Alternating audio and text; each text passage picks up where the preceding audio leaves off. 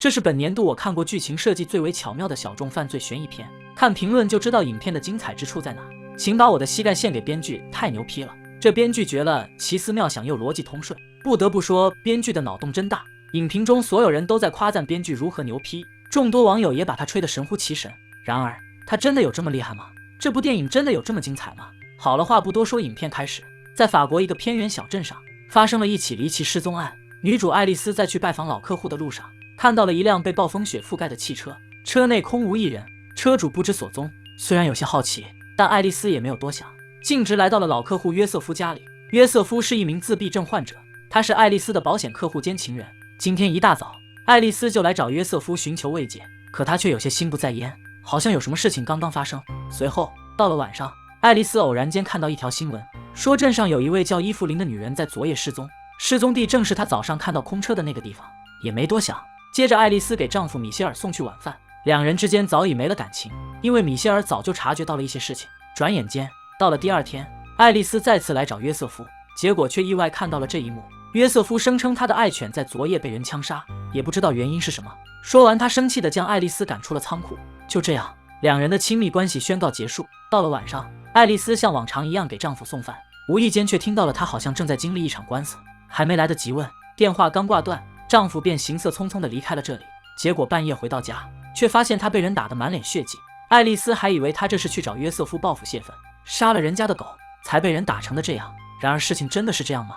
隐藏在背后的真相你绝对猜不到。随后画面一转，故事的视角切到约瑟夫。这天深夜，外面正下着暴风雪，熟睡中的约瑟夫突然被狗叫声惊醒，起来一看，隐约发现有一辆车正鬼鬼祟祟地离开。第二天一早，循着狗叫声，约瑟夫在自家门前的院子中发现了一具尸体。暴风雪也彻底掩盖了昨晚车辆来过的痕迹。对于突发的这一切，他一时也不知道该怎么办，正仔细思索着，突然一辆汽车从不远处驶来。情急之下，为了避免麻烦，他将尸体藏在了柴堆后面。原来这就是爱丽丝到访那天早上约瑟夫心不在焉的原因。随后等爱丽丝离开，约瑟夫驾车准备将尸体扔到离家很远的密林之中，可做完这一切，他又突然改变了主意，不明所以的将尸体又运回了家里。原来死者就是之前失踪的伊芙琳，死因是被人勒住脖子导致的窒息而亡。此外，约瑟夫还在死者的口袋里发现了一只猴子公仔。接着他利用草料搭建了一个小小的密室，将尸体藏在了里面。原来约瑟夫除了有妈宝情节，还有另外一种特殊的癖好。随后到了第二天，约瑟夫发现小狗将尸体从草堆中拖了出来，于是便一枪干掉了它。然而爱犬的尸体还没来得及处理，这一切又被突然到访的爱丽丝给发现了。事情的真相就是这样，直到后来尸体逐渐腐烂发臭，约瑟夫才迫不得已将它扔到一个坑洞里。最后他还像着了魔一样追随着尸体跳了下去。然而到底是谁杀死的伊芙琳呢？凶手又为何要杀了她呢？咱们接着往下看。男人将尸体扔下坑洞，自己也跟着跳了下去，这究竟是怎么回事呢？杀死女人的凶手到底是谁？事发前不久，伊芙琳在巴黎度假，偶然间她遇到了一个名叫玛丽的年轻女孩，两人一见如故，一拍即合，过上了幸福美满的同居生活。可突然有一天，伊芙琳不辞而别，刚刚坠入爱河的玛丽怎能甘心就此错过？于是为了寻求真爱，玛丽只身一人来到了伊芙琳所在的小镇上，找到了伊芙琳，并送给了她一个小猴子公仔。然而对于玛丽的突然到访，伊芙琳很是头疼，因为她的丈夫马上就要从国外回来了，因此她只能先送玛丽去酒店住上一夜，然后再想办法把她送回巴黎。可玛丽心高气傲，不愿意要伊芙琳的钱，所以只能去住便宜的拖车旅社。然而拖车里又冷又臭，根本无法入睡，甚至半夜时分还有人在外面偷窥。玛丽就这样一夜未眠。到了第二天，她发现拖车门缝上夹着一封信，结果打开一看，里面是大把的现金。她以为这是伊芙琳给她的分手费，于是打电话过去大吵了一架。电话里玛丽很是激动，声称自己不远万里来到这里不是为了这些钱。于是就这样到了晚上，外面正下着暴风雪，伊芙琳找到玛丽，说清了他们之间的一切。伊芙琳声称自己有家室，而且他们两人相差20多岁，这根本就不可能。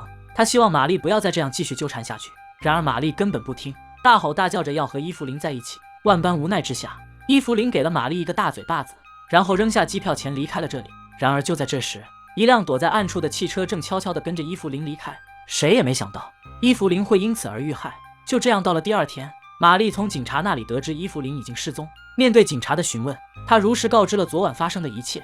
经过伊芙琳的打击，玛丽彻底想通，收拾好东西准备离开。突然一个油腻大叔闯了进来，这不是米歇尔吗？什么情况？他居然称呼玛丽为安曼迪。感觉还和他很熟悉的样子。随着米歇尔渐渐靠近，玛丽一脚正中他的鼻子。原来那天晚上米歇尔满脸血迹的回家，是玛丽踹伤的。那么这究竟是怎么回事呢？他又为何要称呼玛丽为安曼迪？一切的开始要从这个黑人小伙说起。小黑是个无业游民，靠网络诈骗在这个城市生存。这天，他在圈子里买了一个漂亮女孩的照片和视频。原来照片上的漂亮女孩就是玛丽，小黑给她取名叫做安曼迪。就这样，小黑利用安曼迪的身份进行诈骗，很快就有一个中年男人上了钩，而这个中年男人正是米歇尔。看着对方发来的照片，金发碧眼大长腿，米歇尔就像着了魔一样深陷其中，每天不工作就是聊，和小黑聊得不亦乐乎，津津有味。就这样持续了很久，小黑感觉时机已经成熟，于是他便撒谎，以自己的父亲梁在老家，没有钱坐飞机回家收尸为由，来骗取米歇尔的钱财。当然，米歇尔也很是心疼这个漂亮美眉，当即就给她转了1000欧过去。小黑一战成名，收到钱后立马给米歇尔发了一段带有颜色的小视频。看这表情，视频应该不好看，咱就直接跳过吧。紧接着，小黑把1000欧全都取了出来，准备大肆挥霍，换了一身富少的行头，带着小伙伴们去酒吧里，各种澎湃，各种喝，青春献给小酒桌。正喝得高兴时，突然看到了前女友黑妹。黑妹现如今已是某富商的情人，不仅家住在豪宅里，还有着用不完的钱。小黑跟着黑妹来到这里看望她曾经的女儿。黑妹说，再过一段时间，他们就要跟着富商移民到法国去生活。小黑听完后心里很不是滋味，频繁骗钱买各种东西，想要追回黑妹。然而黑妹不仅没有回心转意，还说这些远远不如法国富商给她的零花钱。因此小黑更加频繁地向米歇尔索要钱财，还承诺说这次收到钱后会去法国看望他。米歇尔高兴坏了，又转了一大笔钱过去。然而到了第二天，他竟然真的在小镇上看到了安曼蒂本人。其实这是玛丽刚来找伊芙琳的那天，所有的事情都好巧不巧的碰到了一起。米歇尔也是一阵狂喜，没想到自己的桃花运来得这么快。随后米歇尔一直悄悄跟踪着玛丽，看她住在拖车旅馆很是心疼，于是便偷偷在门缝上给她塞上了几百欧。然而这一切小黑并不知情，他又继续发信息骗米歇尔，谎称自己欠了黑社会4000欧，如果现在还不上钱，就会被黑社会带走。听到此事，米歇尔坐不住了，慌张出门准备当面问清这是怎么回事，于是便开着车来到了拖车旅馆。透过窗户他看到了这一幕，他心爱的安曼蒂被一个中年女人甩了一巴掌，看来这就是他刚才说的那些黑社会了。米歇尔为了帮助安曼蒂解决麻烦，于是开着车偷偷地跟了上去，准备与黑社会理论理论，然后再把钱还上。可让他没想到的是，这一切都是乌龙。他在半路截停了伊芙琳，然而伊芙琳却以为他是劫匪，大喊大叫着要报警。就这样，米歇尔用力过猛，直接掐死了他。随后米歇尔将尸体扔到了约瑟夫的家门口，陷害给这个让他戴上绿帽的男人。原来绕了一圈，真相是这样，杀死伊芙琳的真正凶手是米歇尔。紧接着小黑所在的诈骗团伙也被当地警方发现。根据调查，警察给米歇尔打去电话，声称安曼蒂这个人根本就不存在，如有需要可以到小黑所在地起诉他。原来那天妻子给他送饭，偶然间听到什么官司之类的，是这样一回事啊。米歇尔为了当面问清真相，竟然跑去拖车旅馆找安曼蒂，结果被人揍得满脸是血回家。最后黑妹也跟随着富商移民到了法国这个偏远小镇上。然而更巧的是，这名富商正是伊芙琳在外经商的老公。原来这就是所有事情背后的真相。影片中的剧情一环扣一环，最后形成了一个闭环，还真的是无巧不成书啊。此片为法国惊悚悬疑片《只有野兽》，剧中导演所想传达的意思也正如其名，人一旦无法克制欲望，就会变得和野兽一样。好了，本期的视频到此也就结束了，喜欢的给小森点个赞吧，咱们下期再见，拜拜。